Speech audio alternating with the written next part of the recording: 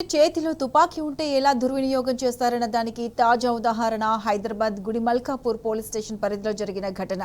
Perfume toys దుకాణ యజమానుల మధ్య జరుగుతున్న గొడవను ఆపేందుకు వెళ్లిన అసదుద్దీన్ అనే వ్యక్తి తన దగ్గరున్న లైసెన్స్డ్ రివాల్వర్తో గాలిలోకి 2 రౌండ్లు కాల్పులు జరిపాడు. నిందితుడిని అదుపులోకి తీసుకుని రివాల్వర్ స్వాధీనం చేసుకున్నామని కుల్సుంపుర ఏసీపీ మునావర్ చెప్పారు.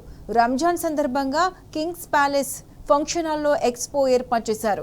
తెల్లవారుజామున షాప్ మూసేసిన తర్వాత టాయ్ షాప్ యజమాని పర్ఫ్యూమ్ దుకాణానికి వెళ్లి పర్ఫ్యూమ్ కావాలని అడిగాడు.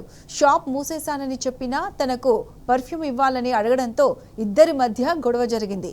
ఆ గొడవను ఆపడానికి వెళ్లిన అస్మనుద్దీన్ గాలిలోకి కాల్పులు జరిపాడని ఏసీపీ మునావర్ వివరించారు. కింగ్స్ ప్యాలెస్ ఫంక్షన్ హాల్లో 7:30కు Aseebuddin alias Haider Paramount Gardens AC Guards లో ఉంటారు.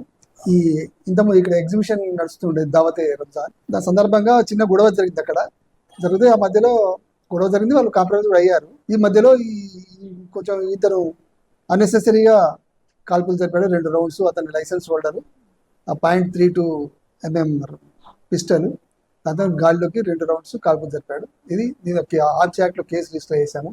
ఇన్వెస్టిగేట్ జరుగుతున్నాం. ఎందుకు దేనికోసం కాల్పులు జరిపాడు ఇంకా వాస్తవాలు ఇంకా మేము ఇన్వెస్టిగేట్ చేస్తున్నాం.